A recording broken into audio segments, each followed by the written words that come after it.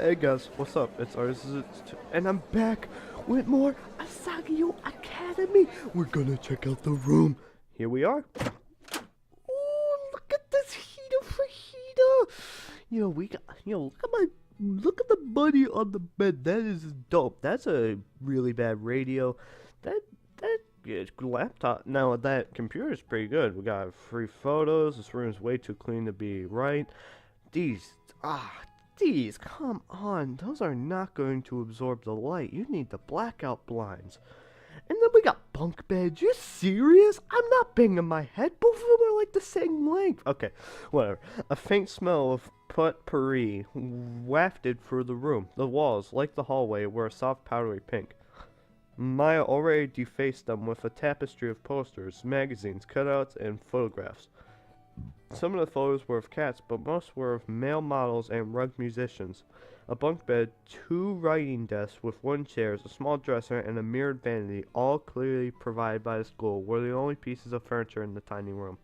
I mean, that's a lot of furniture, dude. Come on.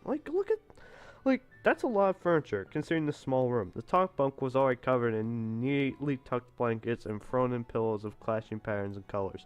The bottom bunk had a single stiff-looking pillow and a thin cotton blanket that I didn't need to touch to know was horribly itchy. Aw, that's unfortunate. Just get like a little sheet. You don't even need to touch the cover. I must have grimaced because Maya quickly smiled at me. I brought you way too many pillows and blankets. I was always overpacked. Overpack? I always overpack. Okay. I went to Italy over break and Mom got really mad at me because I brought 5 bags, but we were only there for a week. What's the problem? 5 bags is good. I mean, it depends the size. If they're like suitcase-sized bags, then you might want to slow down. But like 5 bags, like mine, my bags are really small, so I understand why. She laughed, pulled several blankets and pillows from her bunk, and rearranged them neatly on mine. Dope. A sudden twinge of guilt and embarrassment hit me. Perfection. There, that's much better. Thanks, Maya. I placed my suitcase on the bottom bunk and began to unpack its contents. Several changes of clothing, pens, and pencils, empty notebooks, a few photographs of my father, a dilapidated stuffed rabbit, an old portable radio, and a small black box. Nice! Maya opened the curtains and sunlight poured in. Nice, nice, nice. So, where are you from? I slid the now empty suitcase under the bottom bunk. About 2 hours north of here, it's a small town called Ameririsu. You probably haven't heard of it.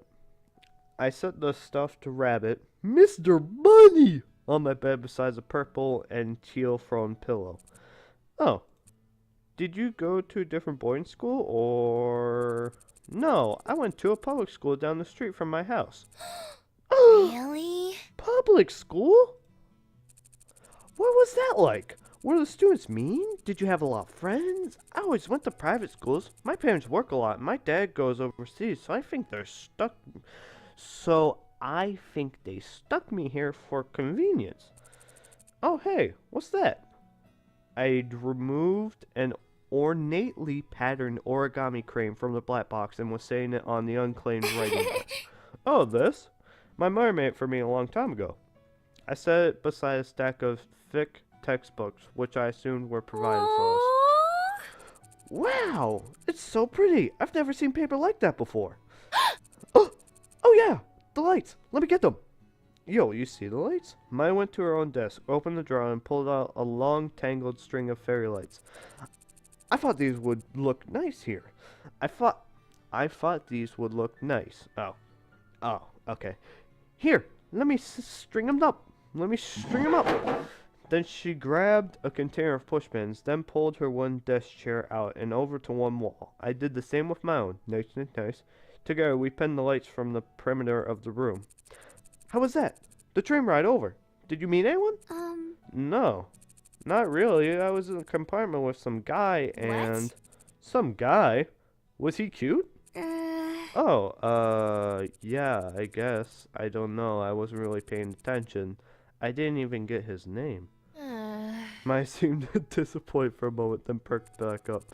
You'll have to point him out for me if you see him again. Okay.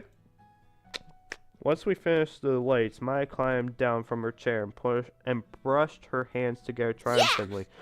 Done! Okay, now it's time for lunch. The food here is pretty good. There's this ramen place down the street from the campus that's like out of this world. But the school only lets us leave campus on the weekends.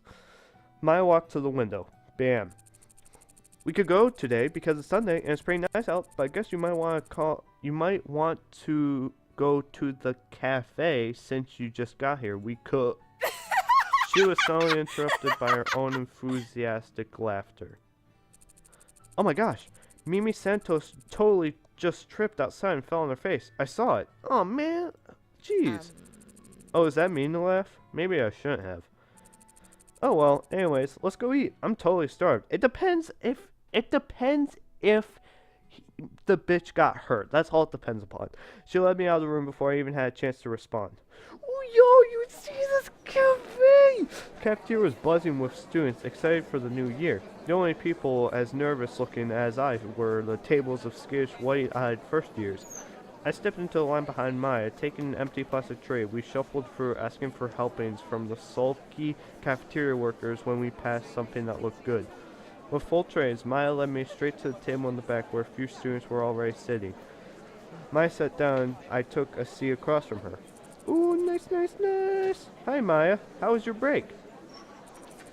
It was good. I went to Italy and Spain. Dad fell off a ski jet and broke his ankle. Ah! Ah, that is not good. Uh-huh. It's better now, though. Oh. Well, that's nice. I expect to be introduced, but the little girl turned back to her group of friends and Maya turned back to me. She began to assault her fruit with a fork and tell me in practically minute-by-minute accounts about her fleeting romance last summer with a boy she met on the beach that didn't go further than a few salty kisses. I sat back and let Maya talk. For the first time since arriving on campus, I felt like I was finally able to breathe. I picked up my Brussels sprouts are good! The more she talked, the more I began to know small details about her. Oh. She has a high songbird voice. Yeah, that's what I'm trying to aim for. She was dynamic, her face twisting this way and that into exaggerated expressions as she spoke. She laughed often. She intimidated people in wildly unflattering voices seemingly unrelated to her actual opinion of them. But most notably, she talked. A lot.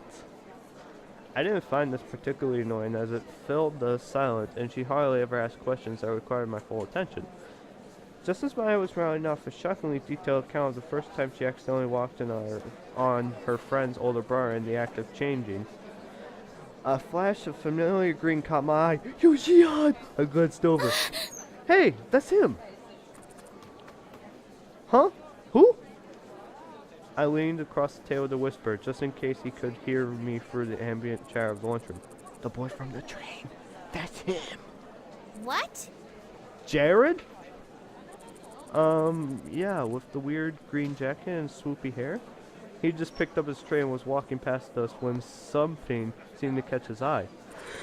Jihan! What is good, my boy? Jared, what's poppin'? Oh, it's you? I looked up at him, suddenly realizing he was talking to me. He's here blushing. Haha, I met you on the train. How are things settling down for you? Really well. I found my roommate and she's been helping me out.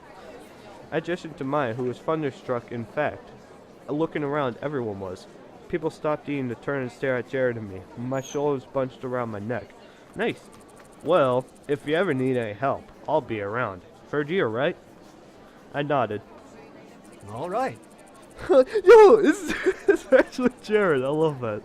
Some of my friends are in that year. Of course, they can't compare to me. But I'll give them the heads up to look out for you. Bam. He flashed a dazzling smile, then winked. It's the least I can do for such a cute girl. Well, I'll see you around. Nice! Yo, Jared, I love it! I watched a torrent of thoughts raging through my head as he took a seat next to a bunch of guys who were all wearing the same jacket. That's Jared!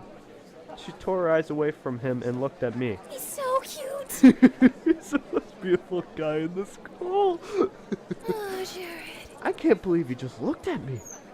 He looked at Maya. Her cheeks were glowing and indecent pink.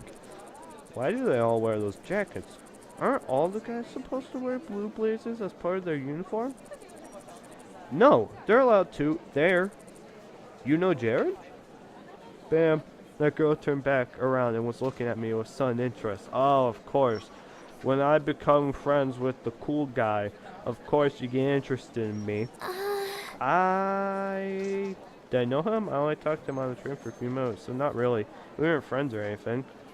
But looking at Maya and the girl weren't the only ones who were interested. Everybody seemed to be listening. They seemed so surprised when he talked to me. Maybe a little white light couldn't hurt. I guess so. Well. Oh man, yo, we finally get a choice, yo.